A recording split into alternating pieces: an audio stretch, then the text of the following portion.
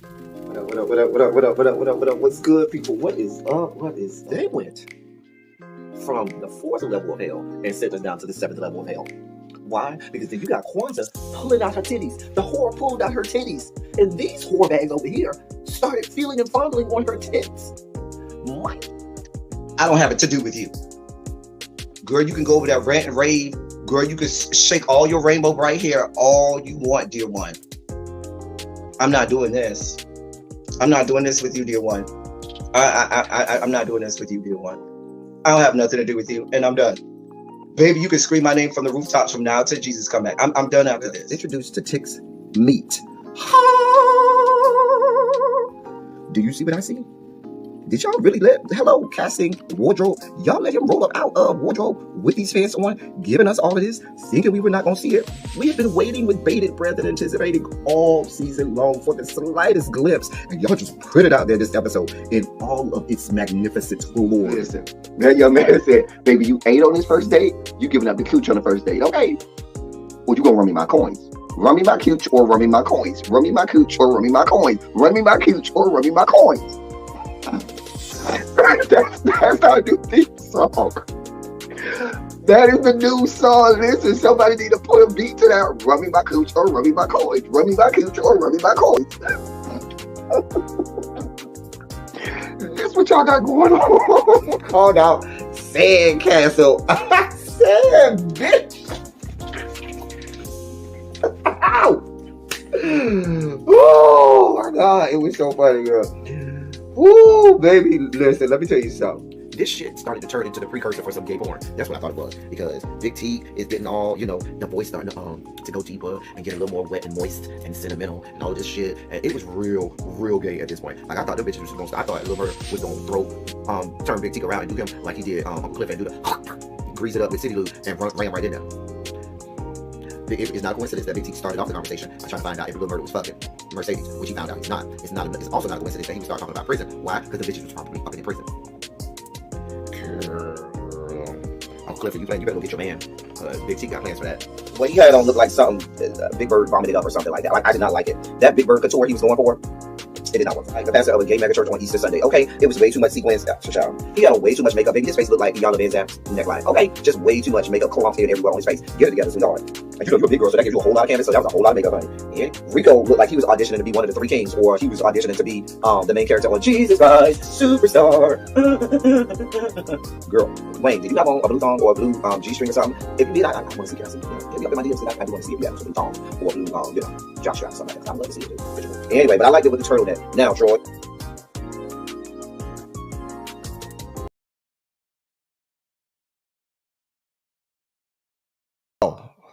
Oh, sorry. I did not realize that I was not up here. What's up, people? What is going on? What is going on? How the hell are you? I hope everybody is good. I am just posting on Bluesky that we are live. So I just want to do that real fast. And then we'll go ahead and get this party started. I hope y'all are having a terrific Tuesday. I certainly trust, hope, and believe that your Tuesday is going well. If it ain't, hopefully we can help your day go better. Okay. Oh shoot, I forgot to put that there. Shoot. See, this is why I'll be ready. I always forget something. Always forget something. Always forget something. Lord. Always forget something. Hold on. Let me. I gotta fix something in the dossier so that I can make sure that we have everything we need. Did I not? Oh, there we go. Right there. All right. Yeah. See, this is why it pays to pay attention. Okay. You got to pay attention to details. Anyway, y'all, we ready to get this party started. I done posted on my Bluesky. The dossier is good and updated. Okay, good. Bam, bada bing, Bada boom. We ready to go. All right. Let me say hello to y'all, and then we gonna get started. Listen, y'all. I have to learn the errors of my ways. So yesterday,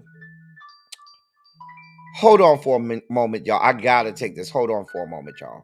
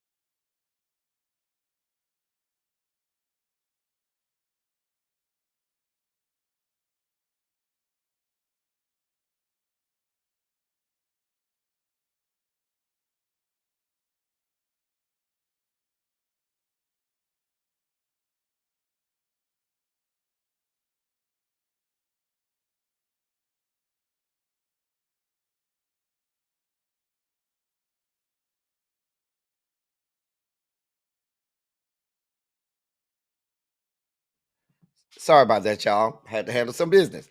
Anyway, we here. That gave everybody a chance to get in. Get in, get in. How you feeling? All right, we here. Now, hey, Girth. Girth, let me. I don't think. I'm looking down there. Ain't.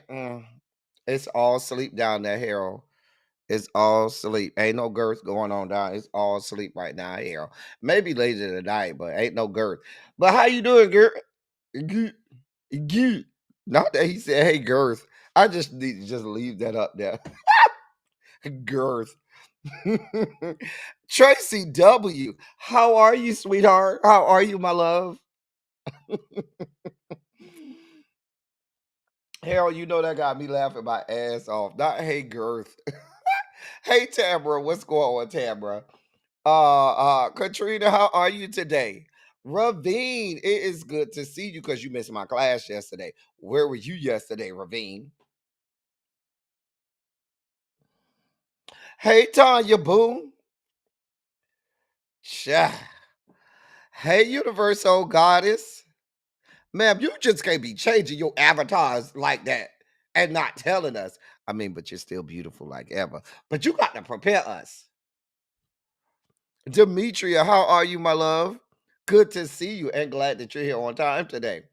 Tawana, I'm so glad to see you. So glad to see you.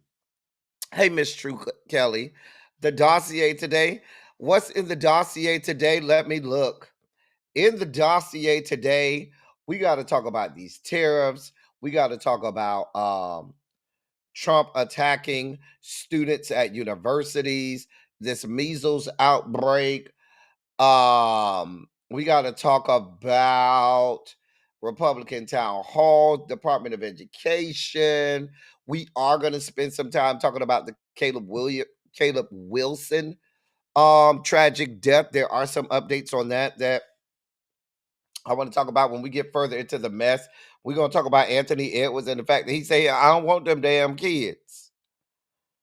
And then there's and then we're going to talk about this rapper. I can't think his name or whatever, but who was tragically gunned down with his 5-year-old daughter. So we got a packed dossier and some other things scattered about in and out. So Miss True Kelly, we listen, the dossier It's not packed like it was yesterday, but we got a lot to talk about. Ronald, what's going on, sir? How are you? And who you got laid up under you today?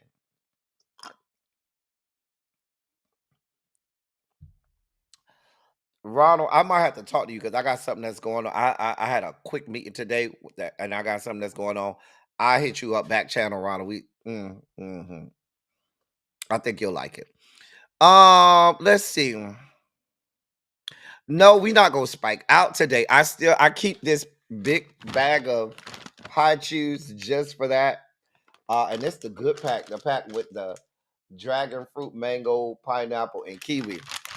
And I don't eat the whole bag. I just eat one at a time whenever I'm spiking out. So I keep that bag up there on the shelf. China White, how you doing? How you doing? Hey, the Inform, what's going on, sir? You all right over there? You good? Samira, how are you, my love? That must be trade. It wasn't. I wish it was. I really wish it was. It was not, Ravine. It was not. Hey, Janae. Um, listen. You know what, Tawana? I'm glad you brought that up. Somebody has to bear witness, and I always talk about we all have to do our part. And I know that my part sometimes is having to sit through and suffer through some of this stuff so I can come back and say, listen, this is what happened. Give y'all just so you don't have to endure it and suffer through it.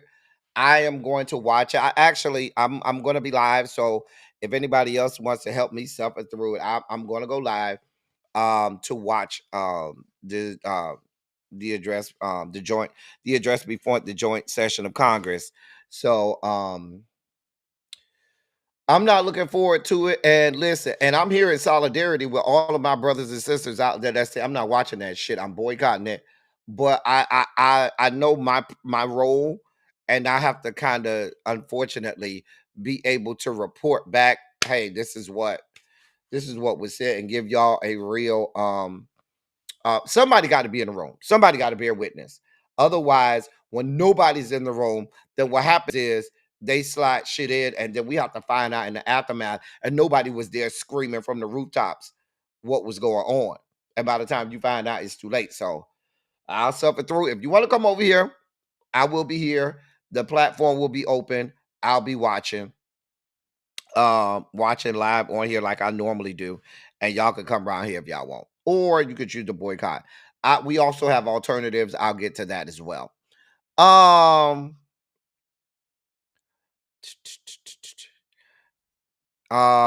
Katrina says she ain't watching nothing. You don't got to, Katrina. If it wasn't for me doing my part and making sure that I report back to y'all, I would not watch this mess either. But I'm here for y'all, okay? I gotta be here for y'all and do the Lord's work, and I'll be here. Hey, Montrez, what's good, bruh? Cha, cha. Hey, Regina Bina, Regina. I got to remind you. I got to send you a save the date, Regina. I gotta send you a save the date. Um, so Regina, either text me, send me a DM or something, and remind me to send you the save the date, Regina. Got to send that to you because you better be there. Anyway, where am I at? All right, yeah, the dossier is kind of, it's not as packed as it was yesterday, but it is um packed still. All right. Anyway, hey, Brown Mama. Hey, Jay Parrish. What's going on? Cha. Brown Mama says, I hope it's not her tonsil. Who's tonsil? Thanks, everyone. Wait, what happened? Wait, I missed something, Brown Mama. I'm scrolling. I must have missed something you said, Brown Mama. Hey, El Teddy, I'm running late because I have a sick. Oh, granddaughter, we are going to. You're at urgent care listening. Okay. Well, say hey to the family. Hey, fam. I know y'all sitting there down to the urgent care. How y'all doing? Down to the urgent care. All right. Cha. Cha. Hey, Lee. You know, Lee, I try to, I'm gonna be here. I'm gonna make sure I keep us informed and updated. Hey, Candace F, what's going on, sweetheart? Y'all go ahead and put a shondo in the chat if you're ready to get this party started. Go ahead and put a good shondo in this good chat. Let me know that you are ready to get this party started. Hold on.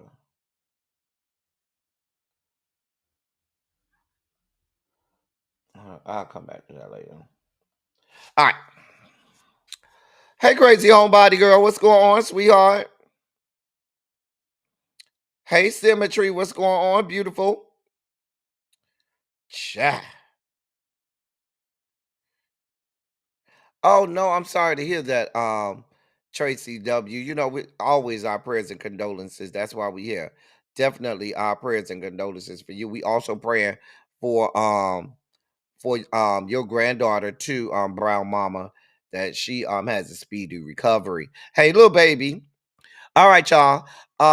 Let's get started with our Black History moment of the day. We're ready.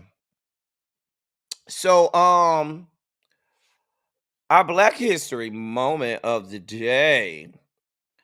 We are going to learn the story since it's March and it's Women's History Month. I will try to make sure that my focus this month, when I do focus on individuals, is on Black women. So, today we are going to learn the story of Maria Louise Baldwin. Maria Louise Baldwin was a pioneering educator, um, and she made history in 1881 by becoming a teacher at the Louis Agassiz School, an all-white school for the children of Harvard University professors and white citizens of Cambridge, Massachusetts. She supervised 12 white teachers and educated over 500 white students. By 2004, the Cambridge School Committee renamed the Agassiz School the Maria L. Baldwin School, a fitting tribute to her enduring impact. The Baldwin School became a national landmark in 1976 and was regarded as one of the best schools in New England. Born free in Cambridge, Massachusetts on September 13th, 1856, Baldwin was the eldest daughter of three children born to highly respected and financially secure parents, Peter L. Baldwin and Mary E. Baldwin. Her parents were her father was a postal worker. She attended Cambridge Public Schools and graduated from Cambridge High School in 1874. A year later, she received a teaching certificate from the Cambridge Training and Teaching Program. By 1889, at 25, Baldwin became the school's first African American principal. She was later promoted to headmaster, one of only two women in the history of the Cambridge school system to hold this title. Baldwin School was elite and the first to introduce advanced mathematics, art instruction classes, and open air classrooms to provide fresh, clean air for students with respiratory problems. She also appointed a school nurse.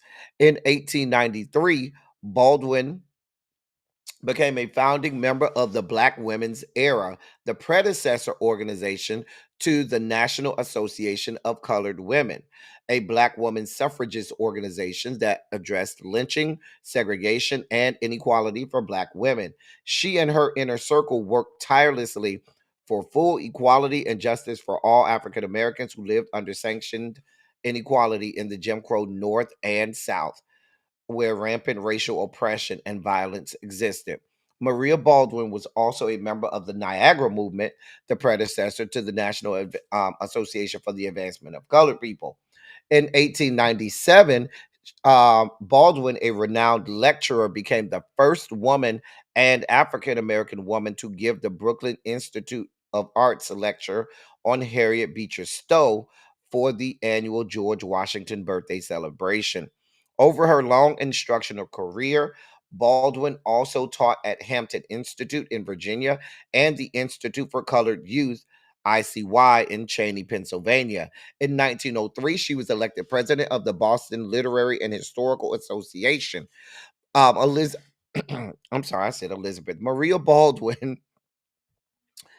never married nor had children. On January 22nd, 1922, at the age of 65, while delivering a speech at the Robert Gould Shaw House Association, she collapsed after suffering a heart attack and died.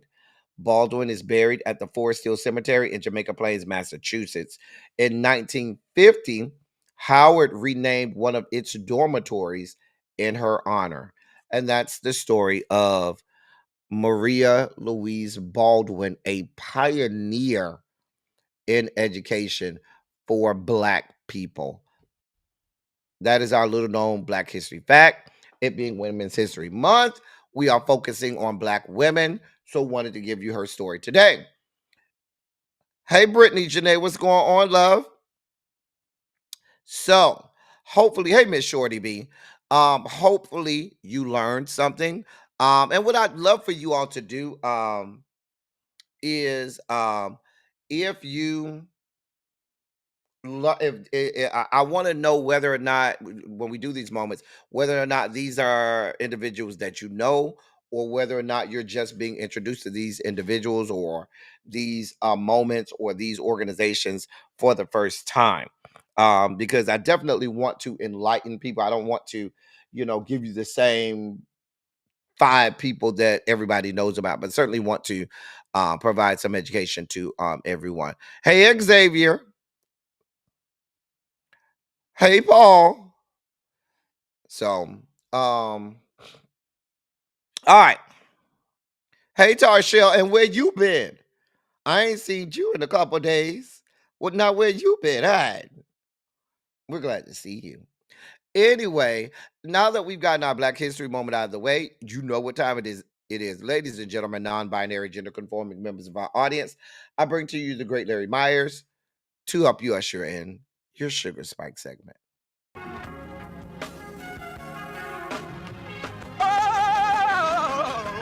Oh, God. You see, this is the part that I like.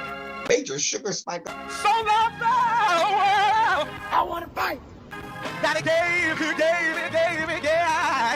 his only begotten son. Major Sugar Spike. And who shall ever believe? Major Sugar Spike. They shall not perish, but have everlasting life. Taste the biscuit. Jesus! I wish somebody help me. Jesus. So we start off our Sugar Spike segment with, I told you that we had alternatives. We had alternatives to the State of the Union address. If you haven't been doing so, this has been on my television since midnight last night. So they had the State of the People 24-hour marathon. It started at midnight this morning and has been going all day. It has been so phenomenal. Oh my God, there have been dozens of guests, members of Congress, and listen, it has been phenomenally empowering. They have had the who's who in politics, in activism, in the movement, and in the struggle. They have been on this marathon. If you go to that website, their website, I believe it's stateofthepeople.media. Stateofthepeople.media. Or if you go to Angela Rye, if you go to her YouTube page, They are showing it there on her YouTube page. I believe they said the Breakfast Club had it on their YouTube page as well. It's still playing on the television. I just have it on mute, but it's still playing on the television, okay? It's just on mute, but it has been a phenomenal, and I hope they do more of these because it's just been such a great platform and so much great information. They even had a little segment with teachers and education on there, and I watched that. I had a great time watching that. Um, of yeah, all you name them, they've been on there. So certainly, I have been glad to. If you have not been listening, what have you been doing? What you had going on? I don't think I like this color today. Let me go with the brown that I got on in my Let me put this good brown. Okay, I'll take this brown. Let's do a dark brown. Yeah, we want the dark. There we go.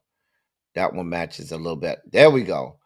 That match. Yeah, that matches a little better. All right, y'all know who I am. Y'all don't need to see my name, right? Y'all don't need to see my name, right? Y'all know who I am, right? Anyway, but if you have not done so, when we get off here, and you done watching really be, if you don't want to watch the Trump speak before a joint session of Congress, you you notice I'm avoiding calling it the State of the Union because this man is not going to give us the state of our union. So we're having him giving an address before a joint session of Congress. I'm not going to call it a State of the Union. I don't trust this man to give us the state of any union, much less these yet to be United States of America.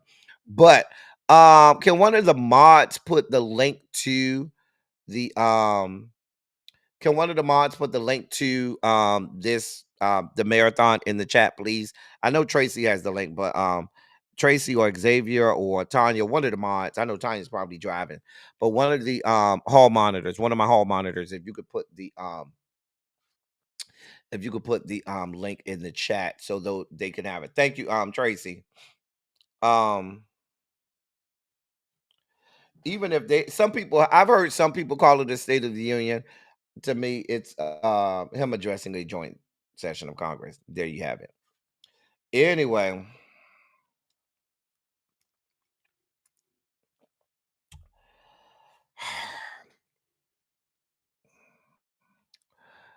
moving on. Tariffs, tariffs, tariffs. Mm, we knew this was coming. We told y'all this was coming. He told you it was coming. So at midnight tonight, the tariffs took effect. Let me read this to you. President Donald Trump launched a trade war Tuesday against America's three biggest trading partners, drawing immediate retaliation from Mexico, Canada, and China, and sending financial markets into a tailspin as the U.S. faced the threat of rekindled inflation and paralyzing uncertainty for business. Just after midnight, Trump imposed 25% taxes or tariffs on Mexican and Canadian imports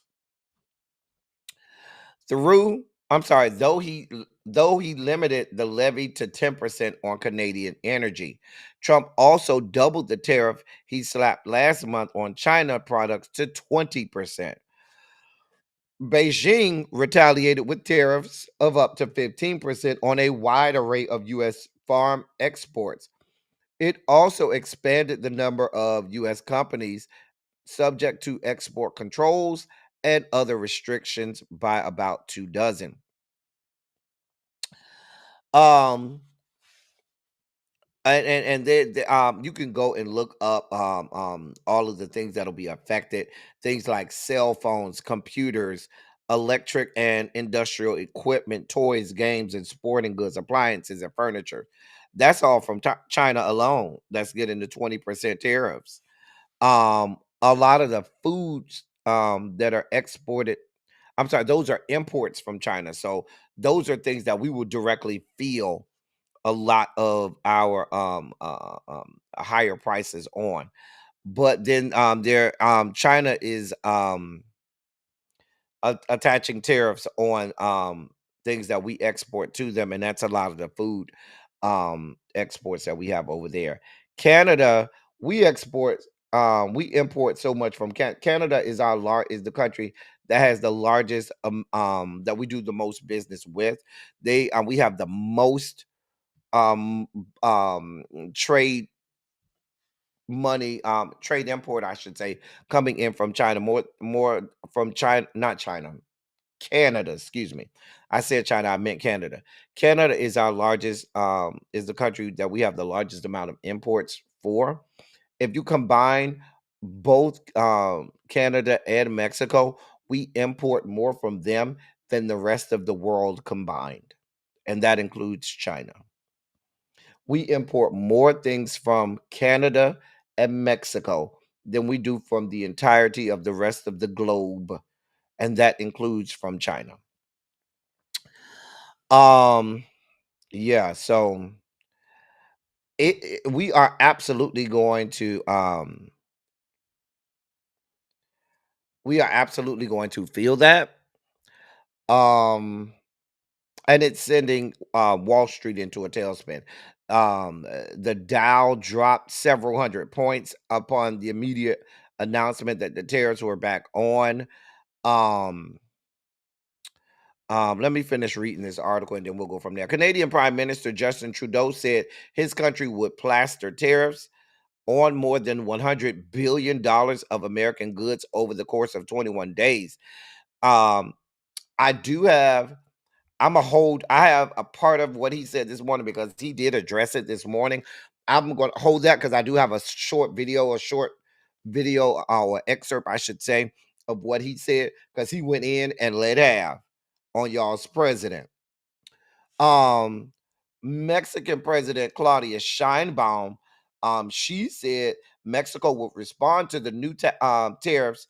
To the new taxes with its own retaliatory tariffs. She said she will announce the products Mexico will assign tariffs on.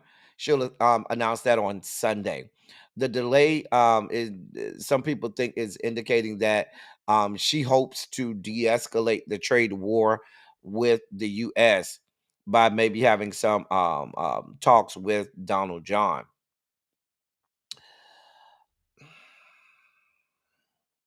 Like I said, the U.S. Markets dropped sharply Monday after Donald John announced that there was no more room left for negotiations that could lower the tariffs on Canada, Mexico, and China. Um, the Dow Jones was down today after the tariffs took effect. Now, the Yale University Budget Lab estimates that Trump's tariffs amount to a tax hike of 1.4 trillion to 1.5 trillion dollars over 10 years and would disproportionately hit the poor. Trump said his tariffs are intended to address drug trafficking and illegal immigration, but he's also said the tariffs will come down only if the U.S. trade deficit narrows. You do realize that's not how trade works. The reason the U.S. imports so much is because we don't produce enough of the things that are imported to be self-sufficient. You do realize that's kind of how trades work. Oh, supply and demand. We have a demand, they have the supply, thus, and we don't have the supply in-house. So we go to neighboring allies and countries that are willing to trade with us so that we can meet the needs of the citizens of this country. That's kind of how these things work. Whoop. Anyway, Justin Trudeau, hey Liz, go, what's going on? Justin Trudeau came on this morning. He had a news conference. Now, the news conference was about a good 20, 30 minutes. No, it was about 45 minutes long. I watched the whole news conference. It was beautiful. The way he was going in and letting have. I was here for all of it.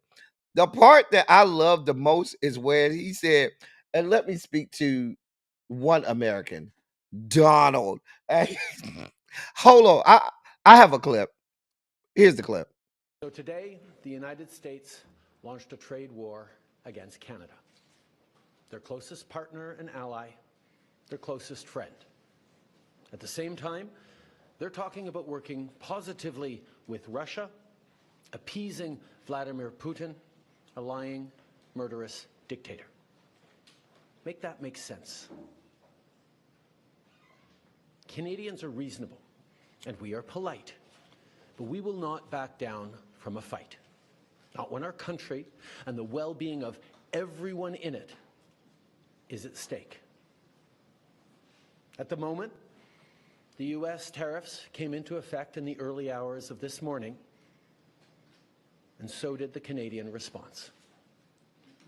Canada will be implementing 25% tariffs against $155 billion worth of American goods.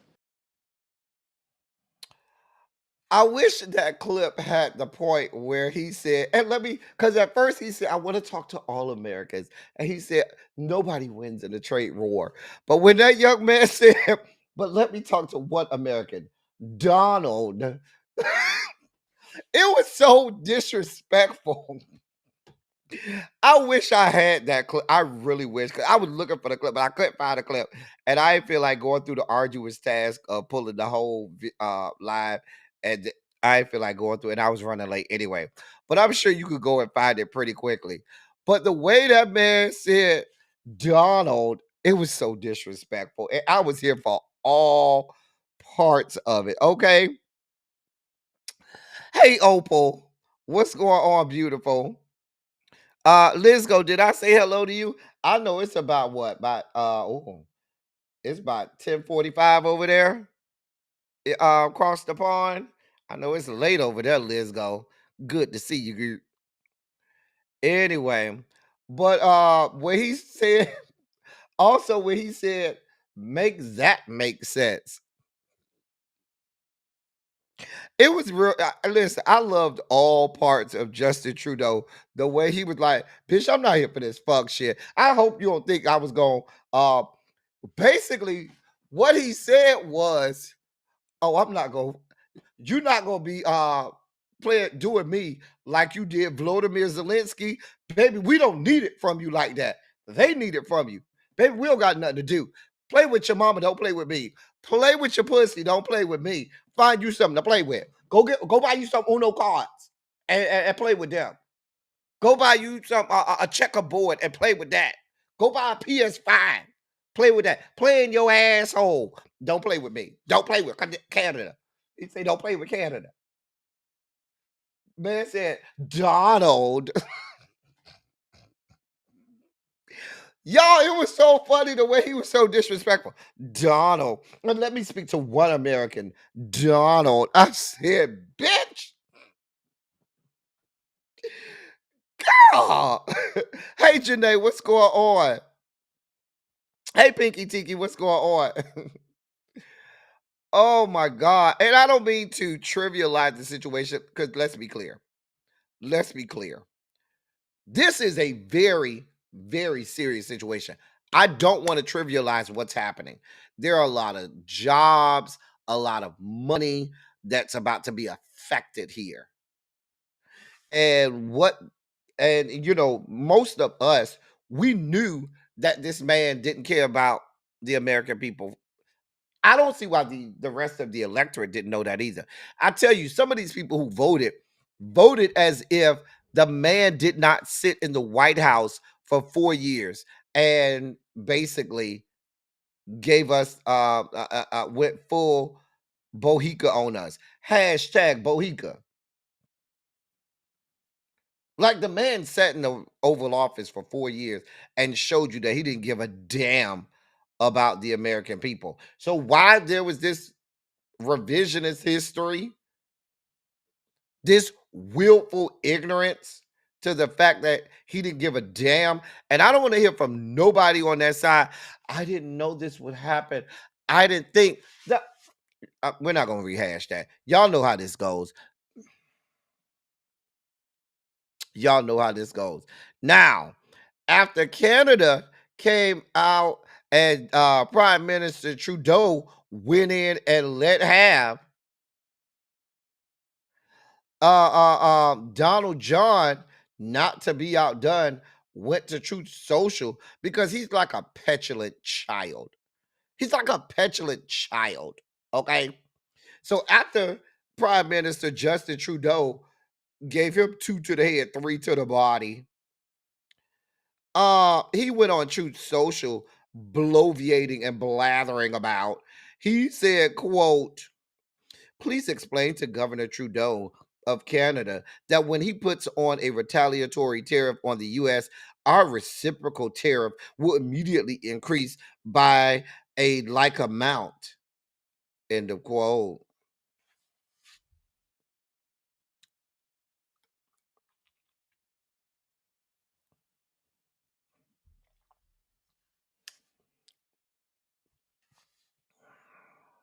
He also said that when Canada becomes the 51st state, that Trudeau can be its first governor. Uh-huh. Uh-huh. Uh-huh. I'm just saying.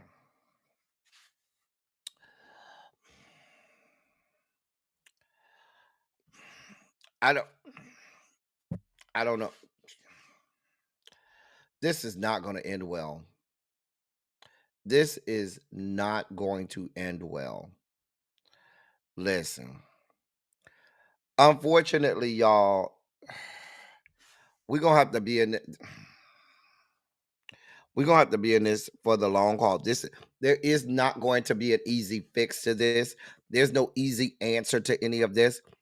All of us are going to have to pinch pennies. All of us are going to have to reassess what we do with our money, with our funds.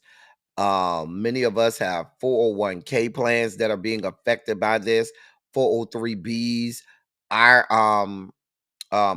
IRAs, and all kinds of stuff. We have monies that is, being affected by this.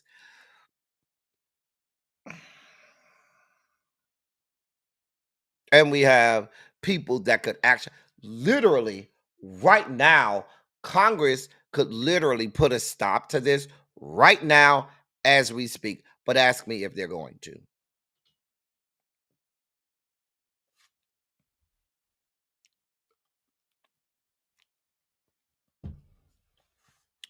Here we are. In more news, so Donald John woke up this morning and said this: all federal funding will stop for any college or university that allows illegal protests. Agitators will be imprisoned or permanently sent back to the country from which they came. American students will be permanently expelled or, depending on the crime, arrested. No masks. I don't know how masks got into this, but whatever. Thank you for your attention to this matter.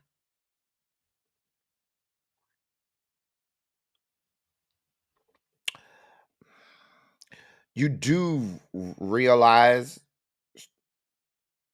young man, Donald John, hey, you do realize that protests are enshrined in the Constitution of these yet to be United States of America, and you cannot withhold federal funds from a school because students are allowed to protest. Like, that's not how this works. But here's what I want y'all to do. See what the man wants to do. The man wants to yell this stuff from the rooftops and say all of this stuff, and knowing full well all of this shit is illegal. Now, what I don't want, and let me take this down. What I never want you all to do is be bothered or fall for the hype of his ideations and his blathering about. What you need to focus on is those people who know that this stuff is illegal and who have boots on the ground and willfully or preemptively bend the knee to this. Because to me, if you're a university president and you bend the knee to this preemptively, what that says to me is you wanted to do that anyway. See, to me, it's like these companies that went and bent the knee to Donald Trump with DEI. These companies that bent the knee to DEI because Donald John threatened, all types of stuff or put out these executive orders, knowing that this stuff was illegal. They bent the knee because they wanted to do it all the time. Donald John just gave them cover to do it. And now they can claim, oh, we don't want any flack or any smoke with the federal government, knowing full well this shit is illegal and won't stand in court. In the same vein, if you have colleges and universities that go out and preemptively try to tell students they can't peacefully protest, try to suspend or expel students, try to send students back to the countries from whence they have come, those university presidents, those board of regents, those board of trustees at those respective universities already wanted to do that anyway. They're just using him for cover. They're just using him and his bloviating about for cover. He's the mouthpiece, but let's not be upset. Let's not have the mouthpiece get us all upset.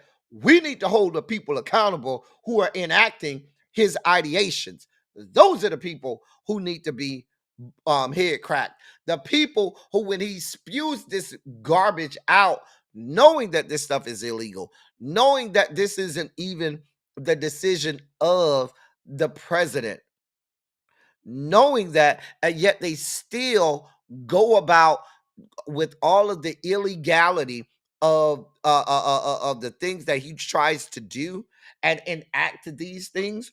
Those are the people who we need to be concerned about, because those are the people who are really the dangerous ones.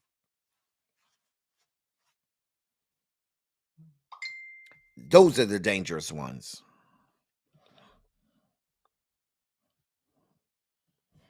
Now, you're talking about illegal protests.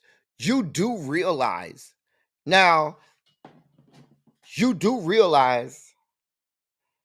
that the whole reason people protests is because there's probably some law, there's probably some federal or state government action that is legal, and people are that are negatively disenfranchising the citizenship or affecting the citizenship, and so the protests will always be deemed illegal because they're protesting something that's probably already legal and allowed to just happen. Every protest that there's ever been in the history of this country has been illegal. When we were protesting slavery and the abolitionist movement, that was illegal. When we were protesting Jim Crow, that was illegal. When the civil rights era was in its height, that was illegal. When the LGBTQ plus community was protesting, that was illegal. What are you talking about? What they're saying is you're not allowed to protest, which is unconstitutional. Just as unconstitutional as you're saying putting out executive orders saying that you're removing birthright citizenship. That's enshrined in the Constitution. That doesn't even make sense. But what they want you to do is they want two things to happen. They want the American public to be all out of sorts because he put out this executive order, and you thinking that that's the law at that point, which it is not. The second thing that so he wants to have you fearful. Fear is the calling card of authoritarianism. That is terror and terrorism in its truest and realest form. And this man is nothing more than a terrorist sitting in 1600 Pennsylvania Boulevard. And his reign of terror is wreaking havoc across the fruited plains. So the first thing he wants you to do is sit in fear and terror. And he wants you to come on here every day and be like, oh my God, I can't take it. It's too much. It's too much. Nope, not falling for that shit. The second thing he wants to happen is what I just explained earlier. He wants politicians, he wants companies, he wants organizations, he wants institutions to preemptively bend the knee to him, even though what he has put out there is illegal. He wants people to just go along with, he wants all of the guardrails down and all of these structural institutions to just bend the knee to him preemptively so that what is actually illegal actually is enacted by people and organizations that are supposed to hold firm to what is legal. And then wait and say, well, we'll let it get to the federal Article 3, the judiciary. Now, even though the judiciary has been holding up, we still have to depend on him when the judiciary adjudicates something, him actually holding fast to the adjudication. Hey, hey, Catherine Powell. Exactly, Janae, to make it easier for wider acceptance. And let's be clear. One thing you know about college students, and this is college students of all generations, college students have always been about that life. The ignorance of youth is they don't give a damn. That is the beautiful ignorance of youth. The beautiful ignorance of youth is you don't give a fuck about authority. You don't give a fuck about the people in positions of power. You will speak truth to power. You'll tell a bitch, no, bitch, fuck you. And we going to be out here protesting. And we going to keep our foot on your neck. Why? Because sometimes when you're that young, you're in college, you ain't got as much to lose. You ain't got jobs and children and families in a lot of instances and stuff like that. So you could be like, oh well, I don't care. And as you get older, you have families and children and loved ones and all jobs and professions that you feel the need to protect. And so you're less apt to be out there protesting. But please be clear, you did nothing but embolden these students. That's all you've done.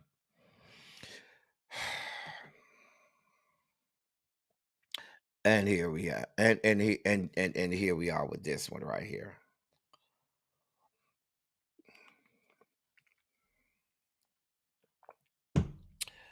Well, here's the headline. Here's the goddamn headline. RFK Jr. sparks alarm after backing vitamins to treat measles amid outbreak.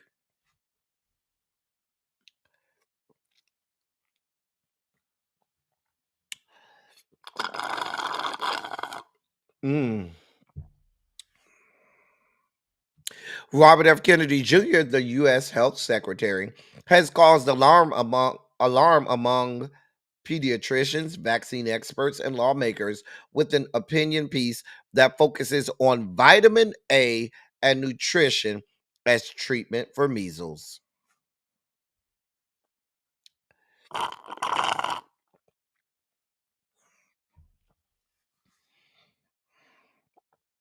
In response to a measles outbreak in Texas, which resulted in the first American measles death in nearly a decade, Kennedy wrote for Fox News about the benefits of, quote, good nutrition, end of quote, and vitamin A, but did not explicitly recommend highly effective vaccines.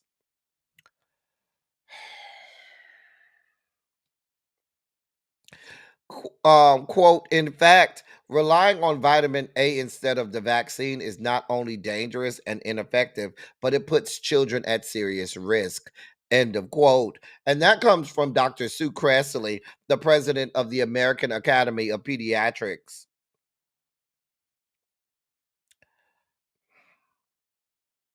Now, science will tell you that measles is one of the most infectious diseases in the world. One of the most infectious diseases in the world that was supposedly eradicated, right?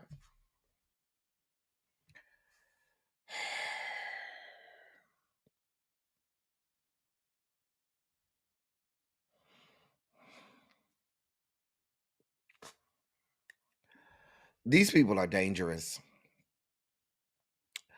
These people are dangerous. These people are dangerous. These people. Tarshell says she need Larry. Tarshell says she needs an encore because she's spiking out. She needs you, Larry.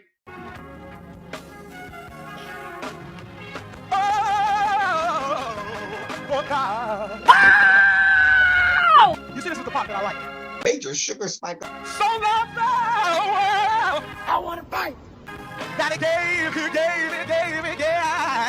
his only begotten son. Major sugar spike. And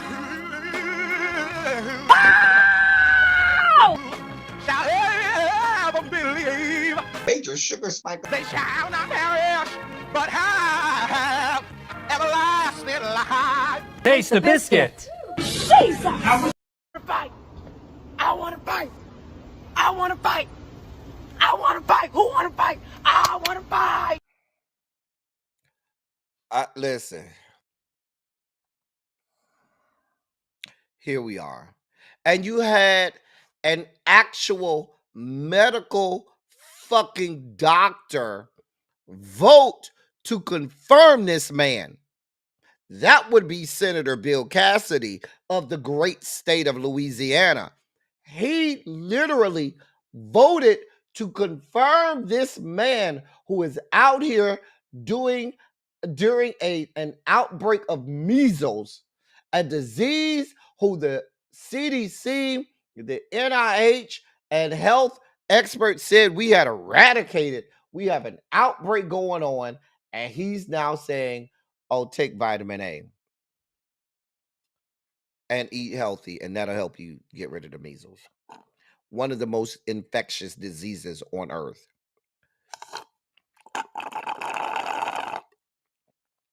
You had a fucking medical doctor. See, this is what I'm talking about.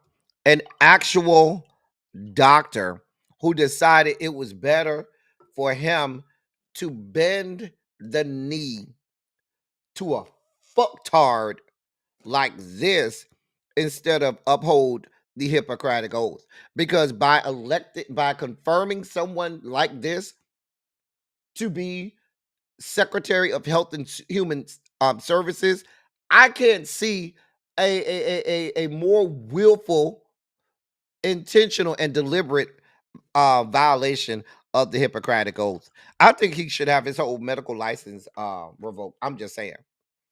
Bill Cassidy should have all of his licensing to practice medicine fucking revoked. Hey, Aquarius, the only real sign. Hey, Yana. Ain't no alcohol in this. I ain't put no alcohol in it. It's Topo Chico, and it's the tropical mango version. Y'all know I like mango. I like a lot of stuff with mango. I'm from Miami. I like mangoes. What do you want from me? And what's left of this orange pineapple. Maybe I do need a drink. Hold on for a moment. Which one of my gins should I drink? We're gonna go with the The Empress 1908. That's what because we need something to get through it. Okay. We need something. God of mercy, God of love. Ooh, it turned it brown. It makes it look like brown liquor now. It makes this look like brown liquor now because of the indigo. Because of the indigo gin. But yeah, these people are dangerous. These people are fucking dangerous. They're dangerous. All of this, the tariffs and all of this other stuff are just as important. But this stuff right here is stuff that can directly affect the lives of people, the lives of our children, the lives of our loved ones, the lives of our family and friends, and all of the people around us. This can cause people their lives. This shit is dangerous. And you have somebody over here saying that instead of accepting real science, oh, go out and take some vitamin A and eat healthy, and that'll get rid of the measles. Instead of telling people to go get vaccinated, because we know the measles vaccine, I think, is about, where's Janae? Where's my medical expert, Janae? I think the measles vaccine is like 97%. It is a 97% effective against the measles. Like, there's help for people literally right fucking there. And instead of telling the citizens who you take an oath to protect, instead of telling them to do what they need to do to get help, you give them this fuck shit. Janae, what's the efficacy of oh, I was correct with my 97%. Okay, I was good. All right. They taught me a little bit of something. I know a little bit of something. Anyway, but this is dangerous. This is a safety to life situation. And let's be clear. See, here's what's more dangerous. What's more dangerous is, let me put this put the politics on this, I should say. This man is willfully putting the lives of American citizens in danger, willfully, intentionally, and deliberately putting the lives of American citizens in danger. And you have Congress that not only confirmed this young man, but also are going to do nothing to impeach him and put him out of that position. Because if that is not a reason to have this man not only impeached, but removed from that position, then I don't know what else is. This is dangerous, and people will lose their lives. People have already died. Xavier, you know I call everybody young man. Let me move on before I spike out. In more of the fuck shit. So y'all remember when I told y'all they was with this bullshit talking about they were changing the name of Fort Hood back to Fort Hood, but they forgot that you can't change the name of a U.S. Military base to the name of a Confederate general. So then they had this bullshit saying, oh, well, it's named after this other guy whose last name happened to be Hood as well. And so it's about the other guy. Then why the fuck would you be saying you're changing it back to Fort Hood?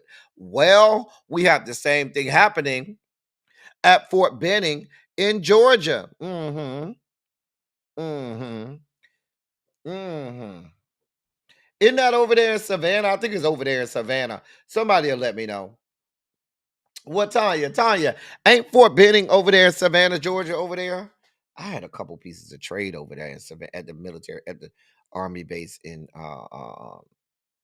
Savannah. Child, listen. Well, Paul, Paul Xavier, the trade over there down to the military base in Savannah. Child, they got sickening trade over there. Anyway, oh, you said it's in Columbus. Thank you. Thank you, Demetria and Janae. It's in Columbus. Thank y'all. I know they have a military base down to the Savannah. Good trade, honey. Child Xavier, I'm trying to tell you what I know, Xavier. I'm trying to tell you what I know. Booger. But yeah, so now Pete Hegseth has announced, because the name of Fort Benning, it was originally named after a Confederate general, Lieutenant General Henry Benning, who was opposed to freeing slaves. And so now they are changing it back to Fort Benning, but then they said, "Oh, but it's not named after that one. It's we're going to pay tribute to Corporal Fred G. Benning, who was awarded the Distinguished Service Cross for his actions during World War I while serving with the U.S. Army in France in 1918." Who nobody knew who he was. People in the military look like who? Y'all see the games they play.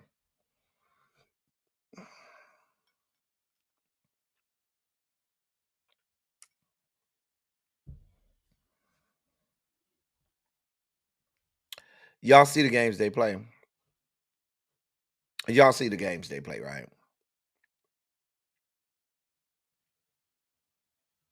Just a mess.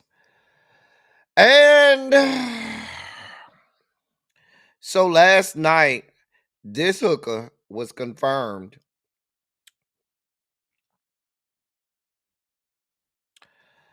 Let me see. I think it was 51 to 45. Let me see what the vote was. Her confirmation vote was, yep, I was right. 51-45. Yep. It was 51-45 along party lines. I'm trying to see. Either there were people absent. There had to be people absent because those numbers don't add up. Let me see if I can find out. I may have to go to my source of truth. I may have to go to Ballotpedia. I probably should have had this up beforehand. This is why I need a producer. I need a production team. Be working too hard over here. Okay. We be working way too hard over here.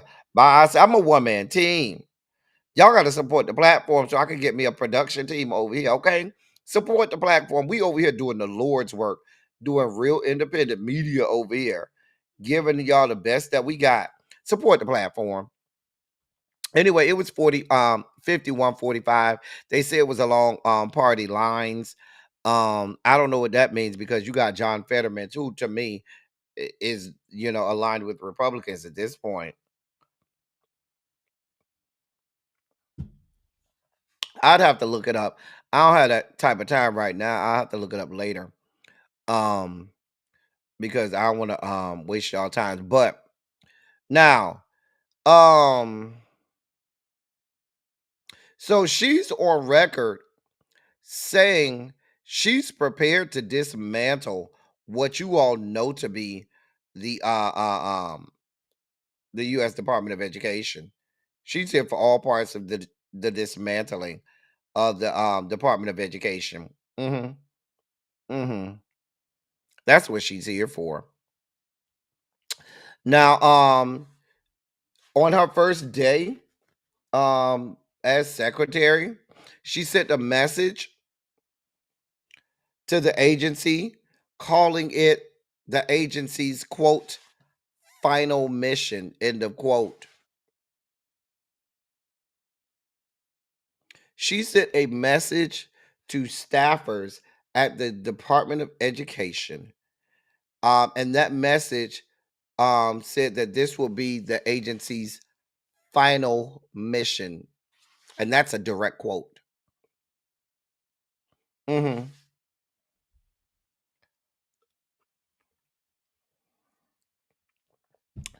In her message, she said she is ready to take on one of Donald John's quote most momentous campaign promises to families and send education back to the states. End of quote.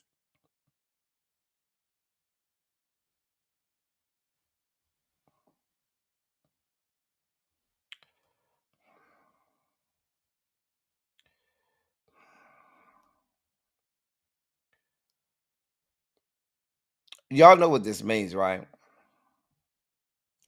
This means the complete diminution. Hey, Miss Baythang. This means the complete diminution of the Department of Education.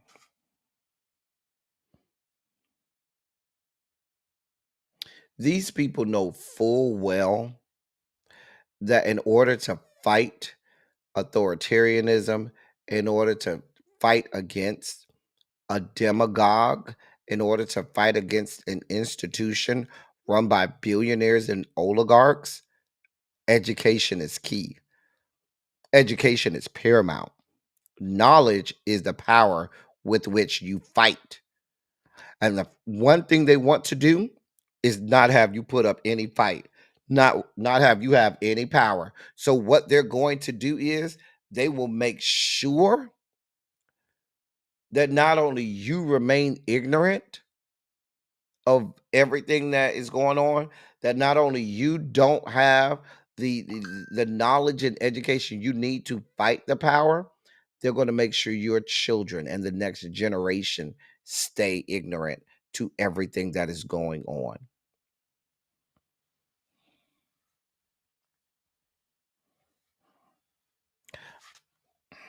The woman said that this would be this is a direct quote, final mission of the Department of Agency. Department of Education. Final mission. I know this, ma'am.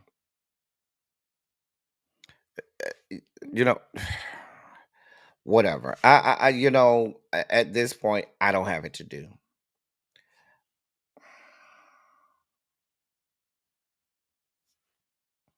Here we are.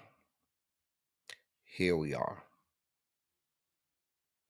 And my thing about it is, you see how we are screaming and we are pulling our hairs out, and members of the American public are looking at this like democracy is, or the country that we knew is basically on life support. And yet the opposing party is just going about it like everything's normal, like it's just a regular day at the White House. They remind me of the goddamn Republicans saying that January 6th was a regular day at the White House, at the Capitol building. Remember that? Remember the Republicans whose lives were in danger, who, if not for brave Capitol Police, could have been murdered and assassinated on January 6th. If not for those people, they would have been murdered and assassinated. But they called that a regular day down to the Capitol. And now our whole fucking structural governmental institution is burning to the ground. And many people in leadership down to the Democratic Party is acting like it's a regular day in Washington.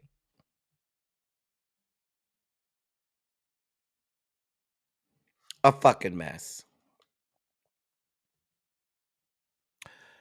In more news,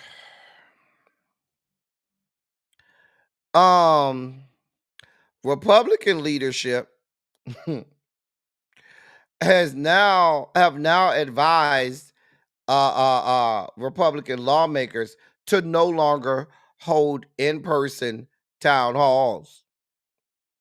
Let me read this to you. House Republicans are being encouraged to avoid in-person town halls in favor of phone and live streamed versions, advice that comes after constituents and activists rocked recent GOP events by expressing outrage about the Trump administration's dramatic moves to reshape the federal government.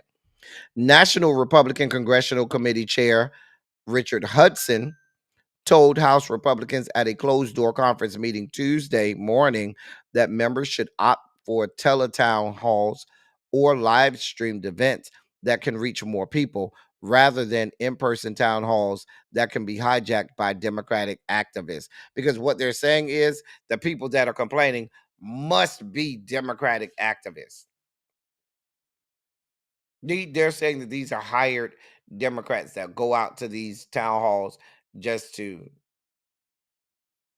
tear up their meeting.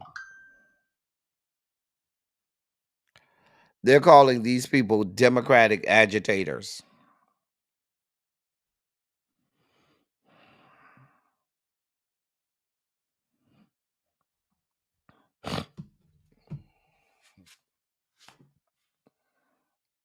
I'm just telling you. Now, I saw an article today saying that Democratic leadership was announcing that they were going to now that Republicans were saying that they were not going to have these in-person town halls, that they would have Democratic leaders go out there or Democratic congressmen and congresswomen or congresspersons go out there and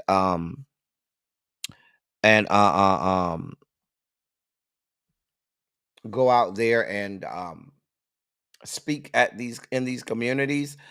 I got to look into that. It'd be great if they did, but certainly what's going to be the message when you go there? Who are you sending out there and what's going to be the message? Let's be deliberate, intentional, and strategic in all that we do when we go. That'd be great. But please send the right people. Moving on. The great state of South Carolina, a few years back, reinstituted firing squads as a method of capital punishment. And so they have a South Carolina man who killed his ex-girlfriend's parents with a baseball bat, who is going to be killed by firing squad on Friday. Now, here's how they say this is going to work. They say it will be 3 people holding rifles about 15 feet away who will complete his punishment in what will be the country's first firing squad execution in 15 years. I didn't even know they was doing firing squad executions this century. 15 years ago was 2010. I didn't listen. Y'all still around here doing firing squads? I mean, what next? We're gonna do like they used to do in the medieval times where they used to, what did they call it? Quartering the body, where they would have each arm attached to a horse and each leg attached to a horse, and they would have the horses run and rip the person apart. Y'all don't want to go back to that. Y'all don't want to go to the Chinese method of the drop of water on the forehead until it cracks the person's skull. I mean, what are we doing? I mean, guillotine don't want no parts of that. We going back to the guillotine. We going back to having the man that used to have the cloak over his head, and you would rest your head on the pillow like Anne Boleyn, and have your head chopped off with a big sword. I mean, what are we doing? But this is y'all's country. This is y'all's country.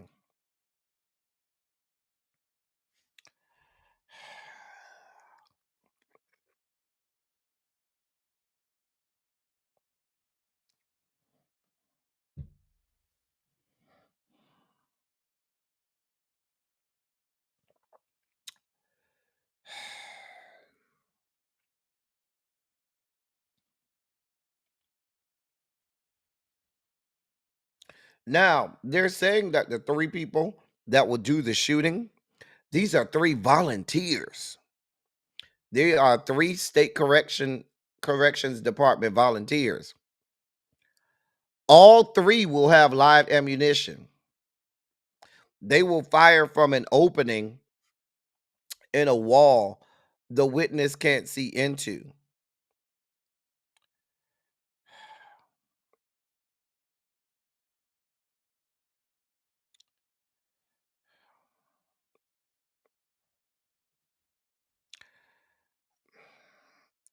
Listen. I don't. This is where we are. This. Hey TJ. Hey, what's going on, TJ? Like y'all are y'all are so out of order.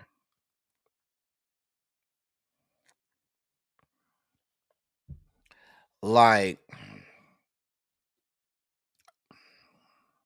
hey Antonio. Like, jeez. I don't. This. I'm here at this point. I don't know. Like, I never even liked the thought of the electric chair, y'all. I never liked the thought of lethal injection either, because there are cases where the people don't fall asleep and they can still feel the effects of it. Their bodies are convulsing. It takes them minutes. It's like, where the fuck are we? And the fact that we just willfully just sit by and there's no humanity. Where's the humanity in this? Like in our country, where are we at as a society where there's just no humanity at all? We just do not see the humanity in anyone anymore. Like, it's just out of order at this point. Let me move on. In our last sugar spiky story, thank you, sweet 7-pound, 3-ounce baby. Jesus. A Los Angeles County juvenile detention center is in the news because the detention center officers have been charged for their alleged role in organizing and encouraging violent, quote, gladiator fights, end of quotes, between youth detainees at the Los Padrinos Juvenile Hall in Downey, California. According to an indictment filed by the California Department of Justice, officers allegedly allowed and in some cases encouraged at least 69 fights among detainees between July and December of 2023. Officials say the fights involved over 140 victims between the ages of 12 and 18.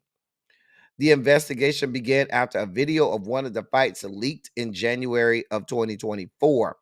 22 of the 30 charged officers were arraigned this past Monday, yesterday, at the Los Angeles Superior Court, while the remaining defendants are scheduled to be arraigned on April 18th.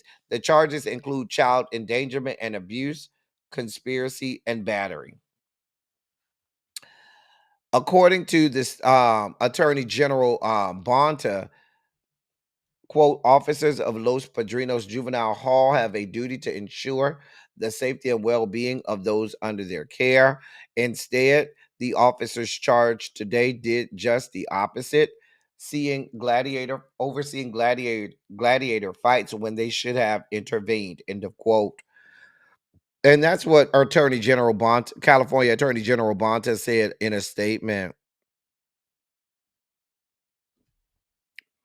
12 to 18 years old. Here we are. These are the corrections officers putting these fights on.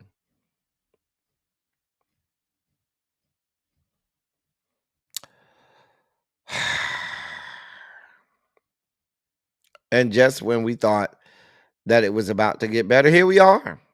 Here the hell we are.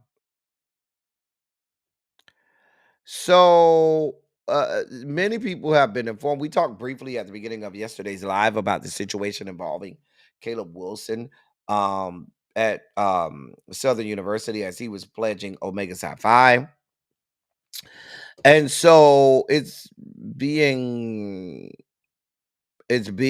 coming to light that members of the organization did not tell the full truth about the details and where he died, or they're not giving the whole truth about the situation. And now some of the truth is coming to light. Let me read this. New details have emerged in the tragic death of Southern University student Caleb Wilson, with sources revealing to news outlets that the initial story given to police was fabricated. According to sources with knowledge of the investigation, Wilson did not collapse at the Baton Rouge Breck Park as originally reported. Instead, pledges with Omega Psi Phi were allegedly participating in an unsanctioned fraternity ritual inside a Baton Rouge warehouse when Wilson was punched in the chest and collapsed.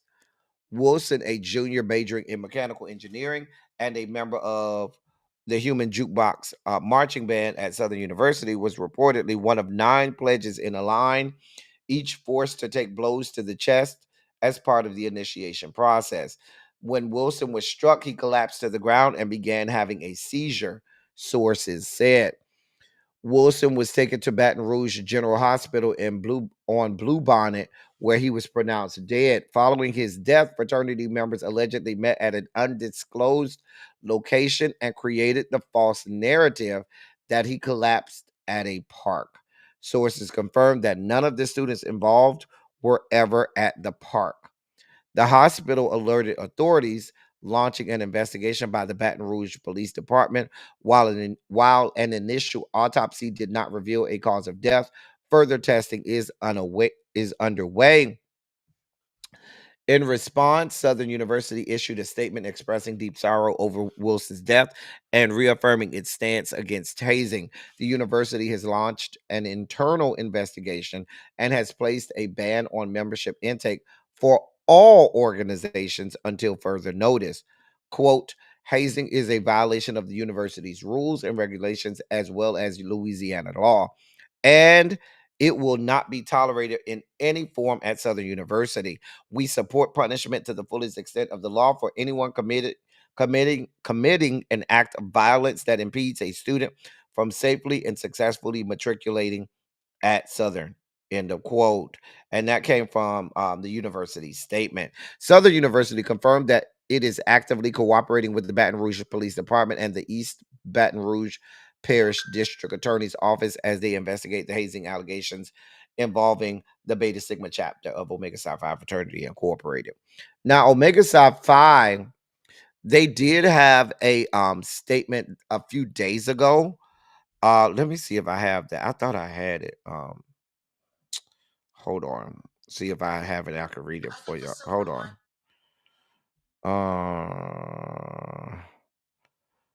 Because I thought I.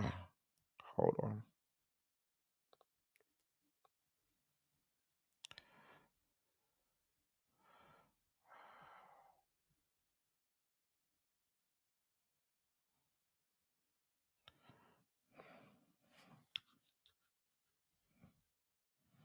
Maybe I don't have. I thought I had it. Oh, here it is, right here. So here, this is coming from. This was 4 days ago. Coming from. This was on February 28th, Friday, and this came from Omega Psi Phi International Headquarters. They said, it says, it is with profound sorrow that we extend our condolences on the passing of Caleb Wilson. His loss is deeply felt, and our hearts go out to his family, friends, and all who were touched by him. Caleb was more than a beloved son, grandson, brother, nephew, and cousin. He was a scholar, an exceptional member of the Southern University Marching Band, and a passionate and dedicated leader in student life. We have been informed that the local authorities have launched an investigation into this tragic incident, and we fully support their efforts to seek the truth. Currently, our foremost priority is standing in unwavering support of Caleb's family. We have extended ourselves to them and are ready to assist in any way possible during this difficult time. We recognize that many of you may have questions, and we are actively working to gather accurate information. In the meantime, we ask for your patience, your prayers, and solidarity as we honor Caleb's memory and support those grieving his loss. And that comes from Ricky L. Lewis, the Grand Basilisk of Omega Psi Phi Fraternity Incorporated.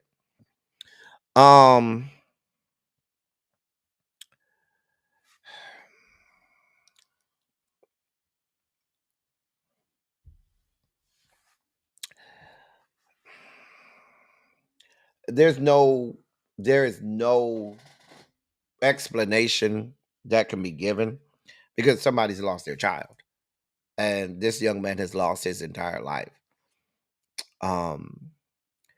There's no organization on earth, no entity on earth that should be worth someone losing their life trying to join that organization. I am a member of the Divine Nine, and I'm not going to mix words or equivocate on this. It's a tragedy. It's tragic. There's no way to try to explain away what could have, should have, and would have happened. It should not happen. And I'm a member of Divine Nine, and I'm not wavering on that. There is not an instance, because even if you're even the most staunch enablers of rituals for organizations, how does this help the organization if what you're doing causes that person not to be able to become a member? Because at the end of the day, he's gone and cannot even become a member at this point. So for all of the good that he was, and for all of the things that you thought that he was going to be able to do, and all of that is for naught, because nobody was level-headed enough in the room to say, hey, we shouldn't do this. Hey, this is a bad idea. Hey, let's stop. There's no, and I'm a member of multiple organizations, many of which most people associate with hazing and stuff like that. And there's no explanation for any of this. There's none. A person has lost their life. There is nothing good about this. There's no explaining this. There is nothing to be said about, oh, you don't understand. No, we understand someone's dead. And regardless of how you feel about something, regardless as to what you think about it, no one should be dead. No one should have bodily harm inflicted on them.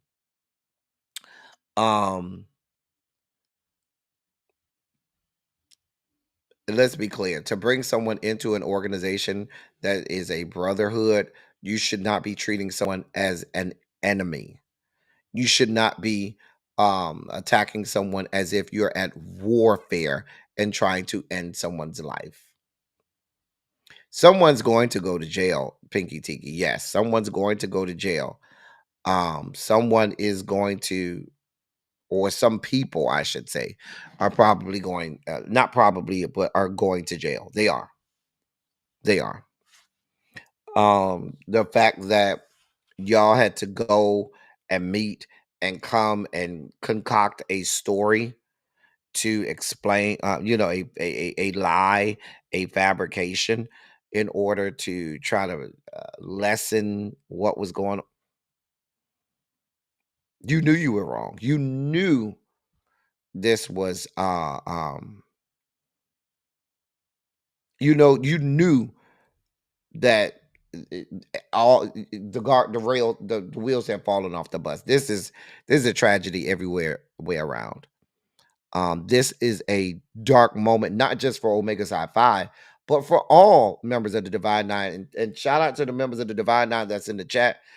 Y'all know this is a dark day for all of us, because and even with Omega Psi Phi, none of the Divine Nine sanctioned, no entity within the Divine Nine sanctions hazing.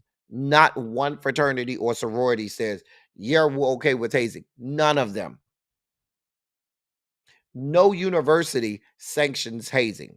So now what we have is we have people that are taking it on their own hands and deciding that they're going to do it anyway. And the dangerous part about it is usually these are people who don't know what they're doing. Not that there's a right and a wrong way to haze people, but these are people who do things that and aren't even aware of the harm that they could be causing someone. And these are young people. These are young people whose life are this young man's life is snatched away from him, and even the people that are going to jail, their lives are going to be forever changed, irreparably, forever changed, irreparably.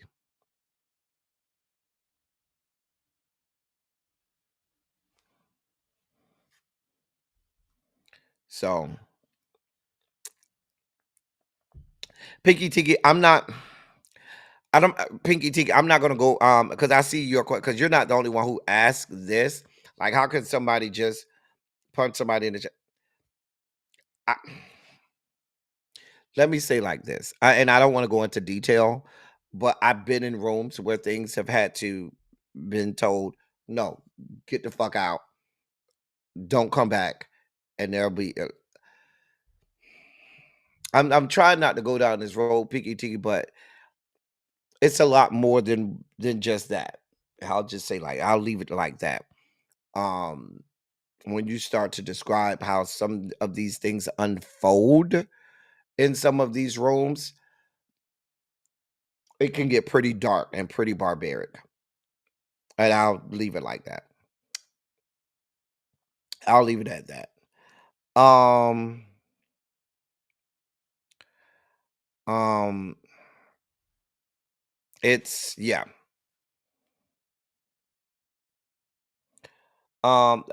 I don't think that that's fair.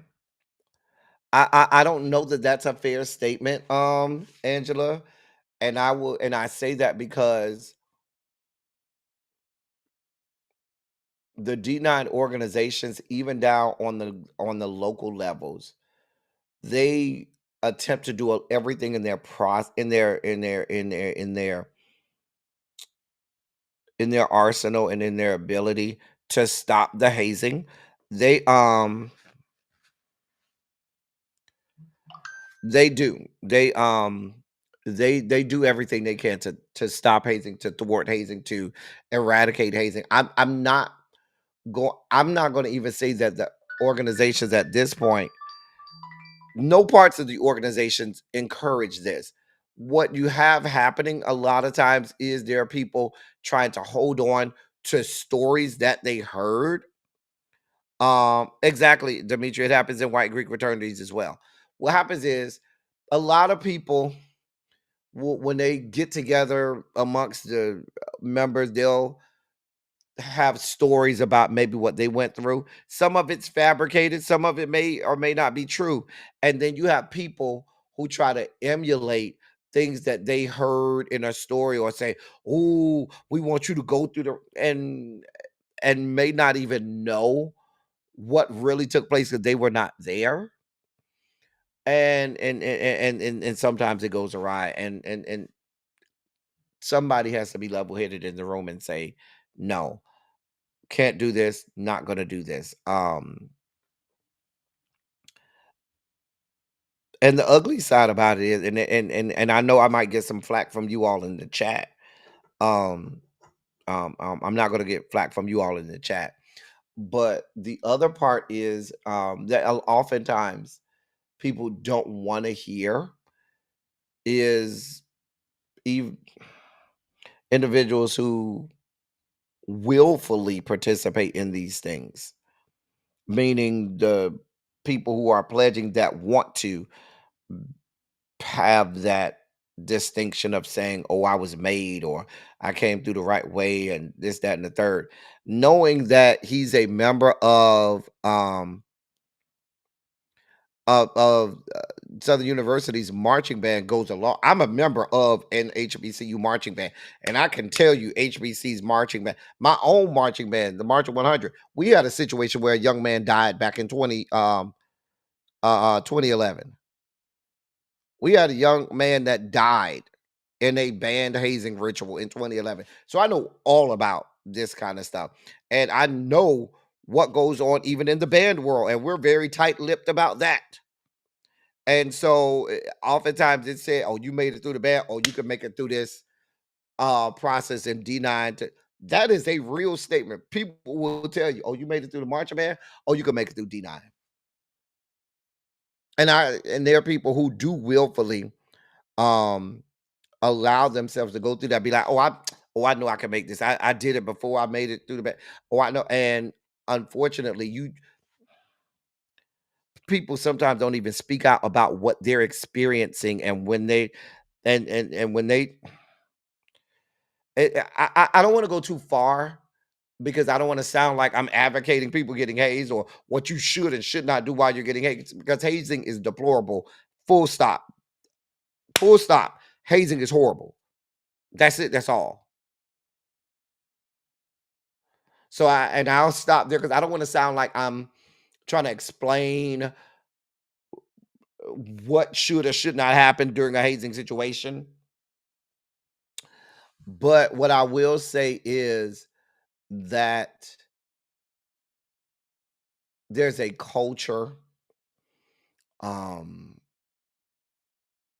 that encourages this, um and there are people who are willing to proliferate that culture and willing to keep hazing alive.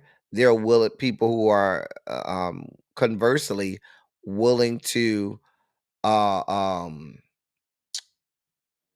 allow themselves to go through the process because they want to be able to um and a lot can be explained. I might have to do a members only live, but a lot can be explained by the fact that him being in the human jukebox and being in Southern University band, there's a lot there that I'm gonna just leave it there. Um right. Ravine, you see, I'm trying to walk the line, toe the line with this, you know what I'm saying? But someone's child is gone. That at the end of the day, someone's child is no longer here. Someone's life has been cut short, and this is a tragedy.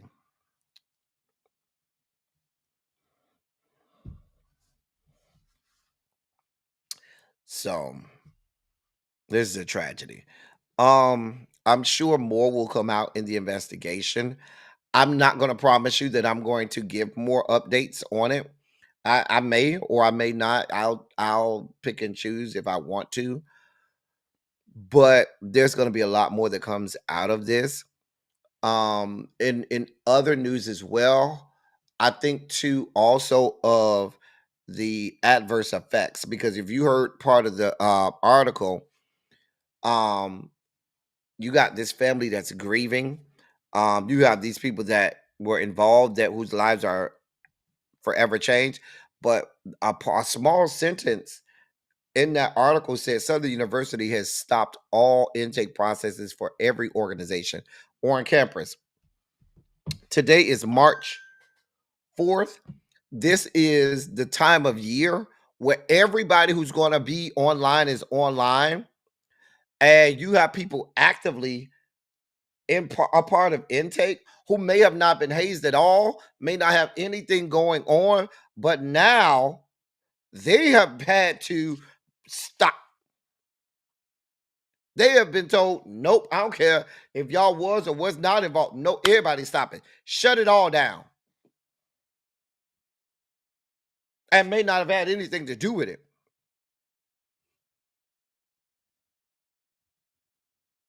So, and every Greek organization, no, early March, most organizations last weekend, this weekend coming up, and the following weekend are having their clusters or initiation processes on the national level where people become members of their organization. So in the next month or so, next 3, 4, 5 weeks, we're about to see a lot of probate shows.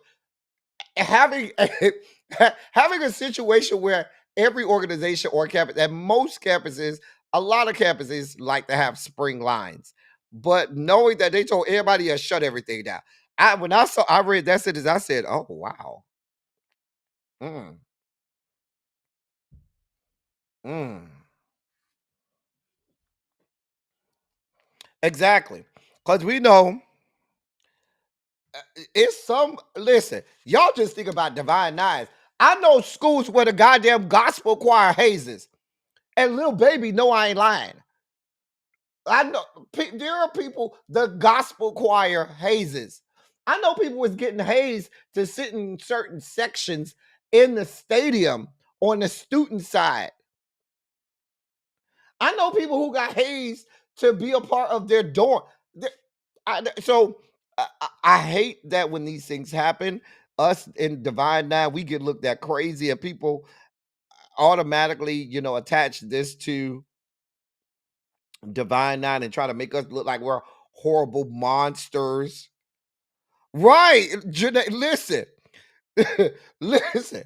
Let's not try to make it like it's just Divine Nine and these are horrible people. Okay.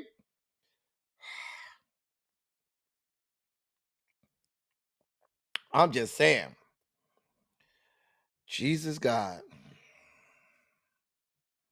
Trying to tell you, Janae, a lot of. Anyway, we almost out of here.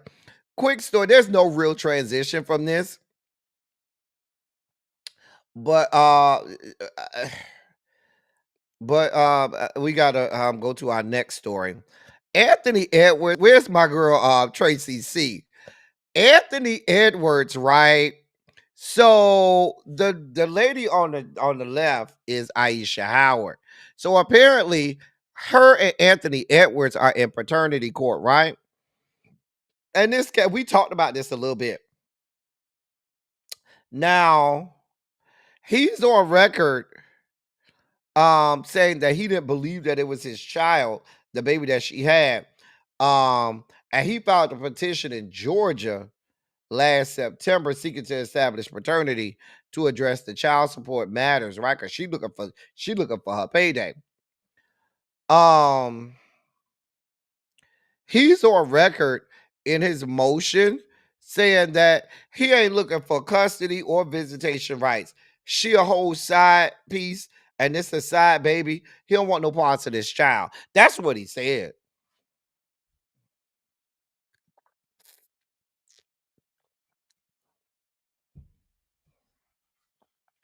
There's phone records of him saying she should have terminated the pregnancy and why she didn't terminate the pregnancy.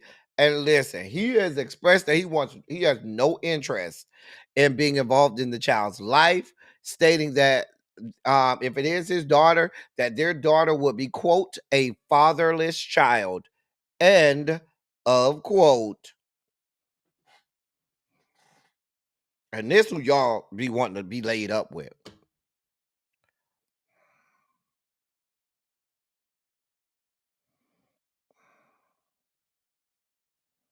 I'm just saying. Just a mess. Just a mess. Just a goddamn mess. Child, let me move on. That is Tony Todd, who we know from Candyman. His family is outraged because when they did the in memoriam segment down to the Oscars on Sunday, they didn't put him in there.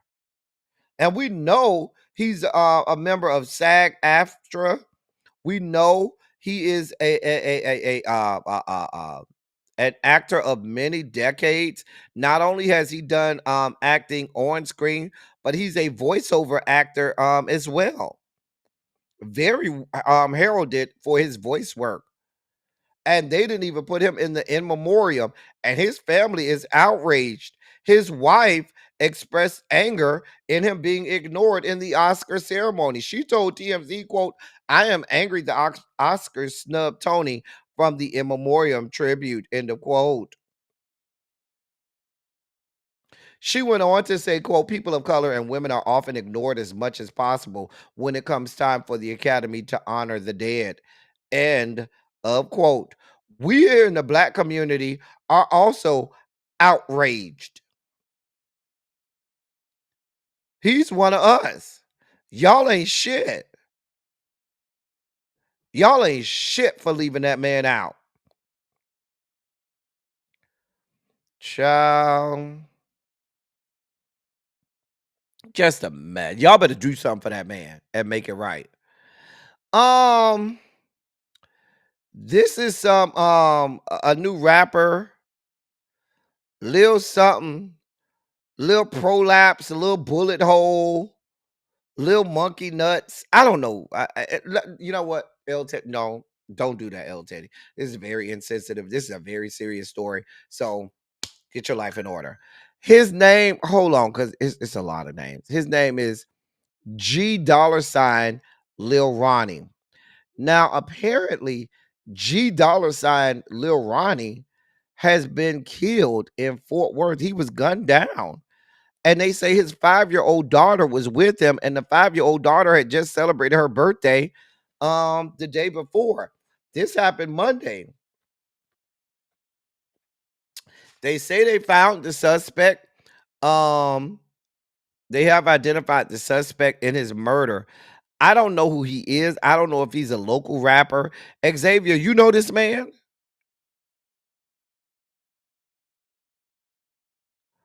Cause I don't know. I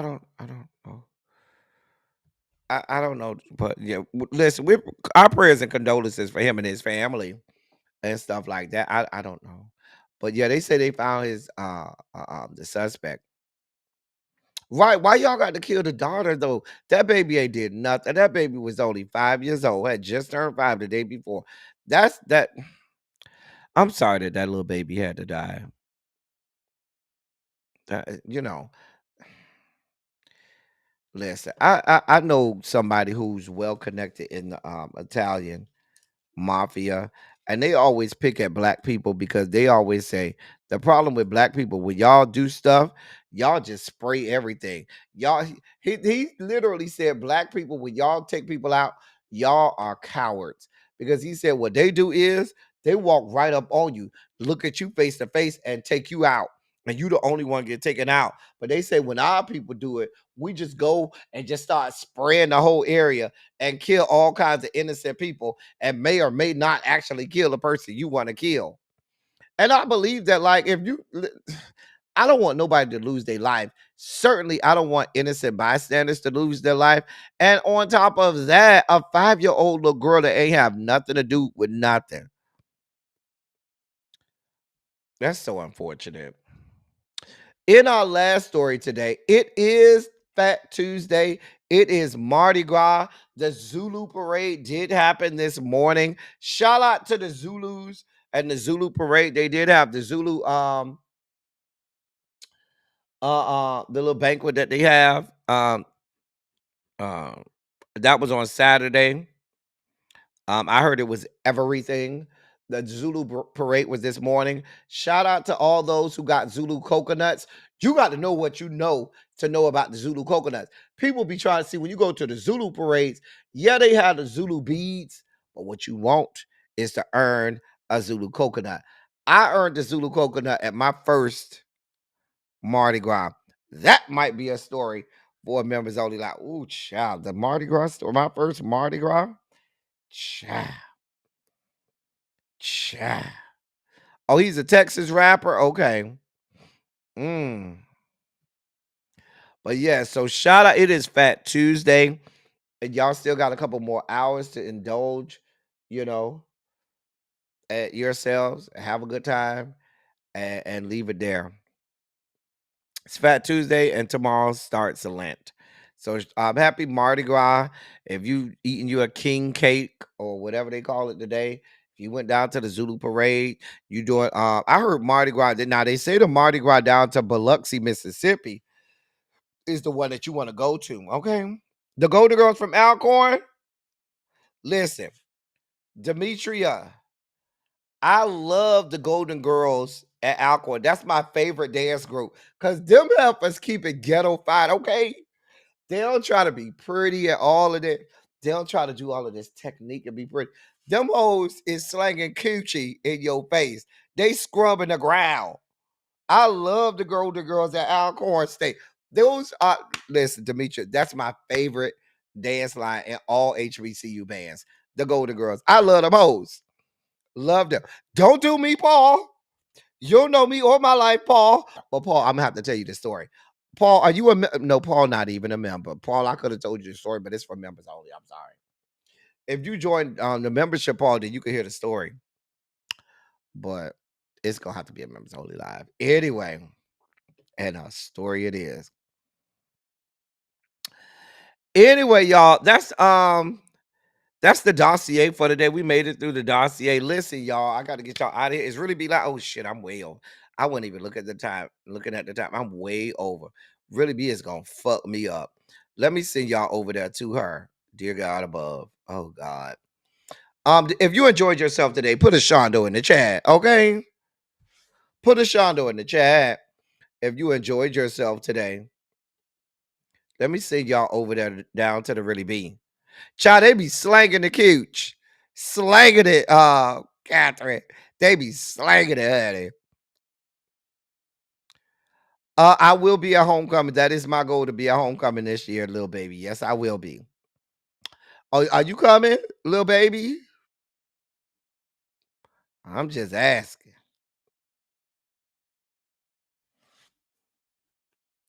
You say to this day, your kids don't know about you and the Mardi Gras behavior? Child. That's why I say that's got to be a members only live, because that's not for public consumption. Baby, the shit I did at my first Mardi Gras, and this was Mardi Gras before Katrina. And you know, if you went to a Mardi Gras before Katrina, baby, listen. Ooh, my first Mardi Gras, I had just turned 21 too. Child, I have to get y'all the story on it. Yeah. Yeah. Anyway, we about to get out of here. Y'all know I love y'all. As I always say, if you want to contribute to the platform, this is independent. This is independent journalism over here. Okay, support the platform. We over here doing the Lord's work. We do it all on our own. Okay, support the platform. Y'all can donate to the platform. I need to go get me some crabs tonight. I think I'm gonna go get me some crabs tonight, y'all. I feel some crabs coming on. I'm gonna go get me some crabs right now. Go get me some. And then I'm gonna watch this good State of the Union and stuff like that. Yeah, we're gonna get us some good crab. Anyway, I'm about to get out of here, y'all. As I always say, I love y'all. I love on y'all. Thank you all for being vocal, present, and active. Thank you for doing what you do. Thank you for any and all contributions that you make to the channel. They are much obliged and much appreciated. I thank y'all for being here with me. I enjoyed y'all. No red, blue, and black. We're watching Ronald. We're gonna watch this the Trump's address before the joint session of Congress. So if you want, Ronald, you can come over here and watch it with me. You can come up. I'll drop the link if you want to watch it with me and come up on the live. But I'll be over here watching it. I'm gonna come on at about 8:45-ish. It starts at 9. So I'll probably set the live up for 8:45 and we'll go from there. All right. So look for me to be live about 8:45-ish. And we'll watch it together. I'm not expecting a lot of people here because I know a lot of people are boycotting it and don't want to watch it. But I have to be able to report on everything for y'all and bring things to you all. So I want to I gotta suffer through it. So anyway, that's all I got for y'all. I'm sending y'all over to Really Be. Till next time. Thank y'all for coming. Y'all drive safely. I'm out. Stay right there. I'm sending y'all over to Really Be.